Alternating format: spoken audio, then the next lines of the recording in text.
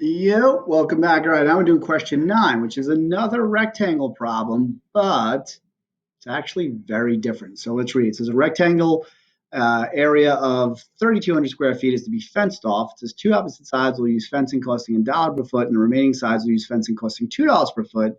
Find the dimensions of the rectangle of least cost, right?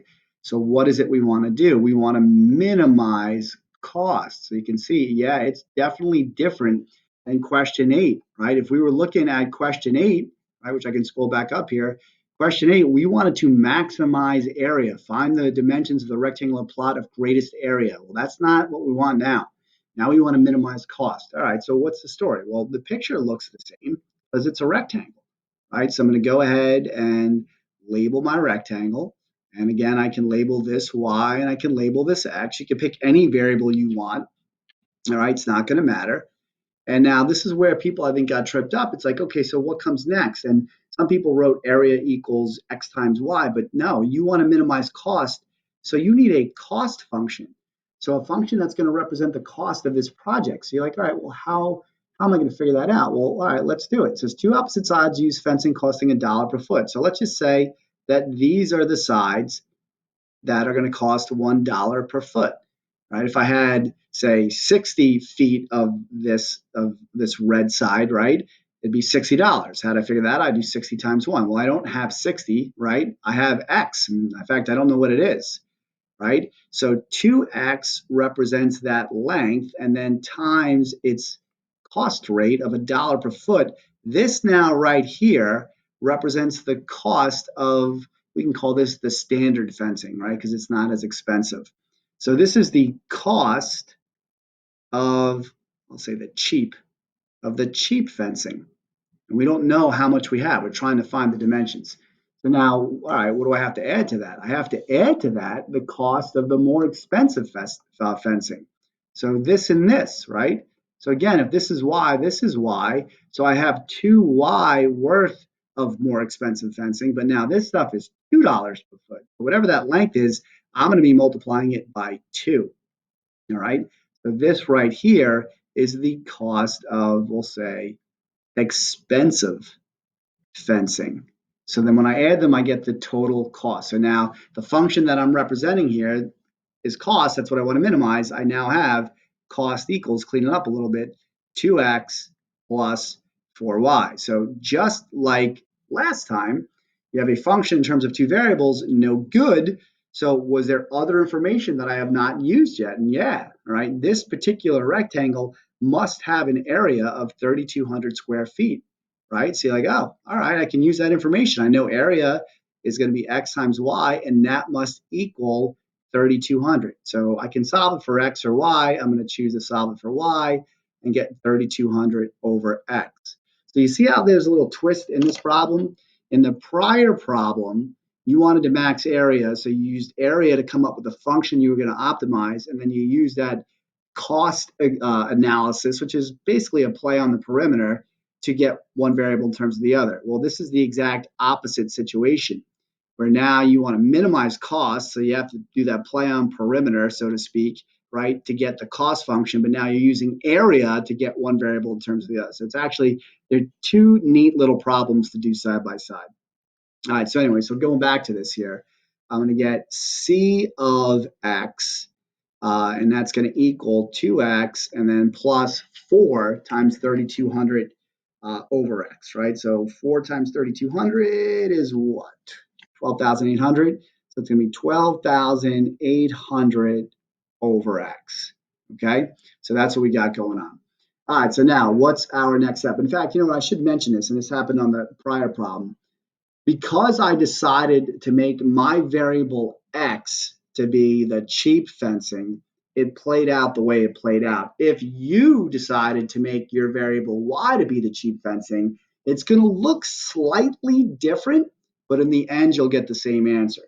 All right. And you can kind of do that on your own and see if you get the same answer to check it out. But anyway, going back to this. So what's the next step? Next step is got to get my interval, my domain, right? So what is x allowed to be? All right, well, x represents the side of a fence. We just did a problem before, and we said, all right, so don't want it to be negative. can it be 0? Well, the problem before, we allowed it to be 0. It could be 0. But in this problem, it can't be. You're like, well, why is that?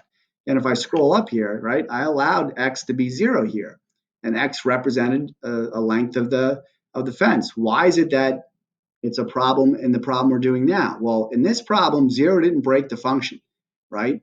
And I didn't have to have a certain amount of area in this function. We were actually trying to maximize the area. Well, in this particular problem, it should be obvious that 0 breaks the function, right? I can't have division by 0 here. That would be no good, all right? The other thing is you have to have an area, in this case, an area of 3,200 square feet, all right? So 0 times anything is going to be 0, so that's not going to fly, all right? Now, the question is, though, how big can it be? In this case, it turns out you can make x as big as you want. All right, so the interval will be 0 to infinity. Now, why is that? Well, the bigger I make x, what's going to happen to y to maintain the same area of 3,200 square feet? Hopefully, you're saying it's going to have to get smaller, and that's the deal. And you can actually see it here, where y is equal to 3,200 over x, right? As x gets bigger and bigger and bigger, 3,200 over that is going to get smaller and smaller and smaller. So this is what we have. Now, if you remember when we were doing these problems, I told you I want you to write it this way, but I also want you to clean this up and write this as 12,800 x to the negative 1, just because that's easier to take the derivative of. I like showing it this way because it's in your face that x can equal 0, but then I like showing it this way because it's easier to take the derivative of. So now we kind of have options here on how to proceed with this problem. We have an open interval, and when you have an open interval, right, one way to attack this is to take the limits of the function as x goes to those boundaries. So in other words, let me take the limit of c of x as x goes to 0 from the right, because it's 0 to infinity. I can only approach 0 from the right. So, all right, let me kind of plug it in here. 2 times 0 is 0. That's good. And then here I would get 12,800 over 0, and we never want to write number over 0 when we do limits. So instead, 0, x is going to 0 from the right. That would be positive tiny, right? So, a really small positive number. 12,800 divided by a very small positive number is a very large positive number. So as the bottom goes 0 from the positive side, this whole expression is going to infinity. So you get positive infinity. All right, if I want to do the limit, now not that I want, now I'm going to do the limit of c of x as x goes to positive infinity. That's the other boundary in my interval, right? First term, 2x, that's going to go to positive infinity. The second term would be 12,800 over infinity, but I don't want to really write that. I know that that's going to 0. So the good news is I get positive infinity for both, and that's great because what does that mean? That means that there's no absolute max on this interval, but there will be a min, and it's going to have to occur at a critical point. And we should say that, all right? So I'll say, okay, therefore, C has no absolute max on 0 to infinity, but will have an absolute min at a critical point. So let's go get the critical point. So that means we have to take the derivative. So c prime of x, what do we got here? That's going to be 2 minus 12,800 x to the negative 2. Got to set this equal to 0. A couple ways you can do this, right? You can kind of put this over x squared, add it over to the other side, cross multiply. I don't like to do that. I like to factor out the term, the x to the negative 2 term, right? Remember, fractional exponents, negative exponents, pull out the expression that has the small of the two exponents. Now, you might be a little whacked out and you're like, wait a minute, there's no x here. Like, how can you do that? Well, think about it, right? Wouldn't this work? X to the negative 2 times x to the 2, that's x to the 0, that's 1. So you're going to get 2 times 1. So yeah, it would work. So you totally can do it, all right? And then here, when I divide this by 2, I end up getting 6,400, right? So that works out great.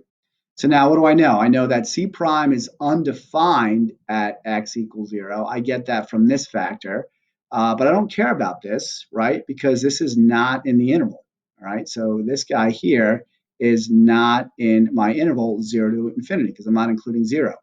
From this factor, when I set this equal to 0, right, add 6,400 over plus or minus square root, I'm going to get plus or minus 80.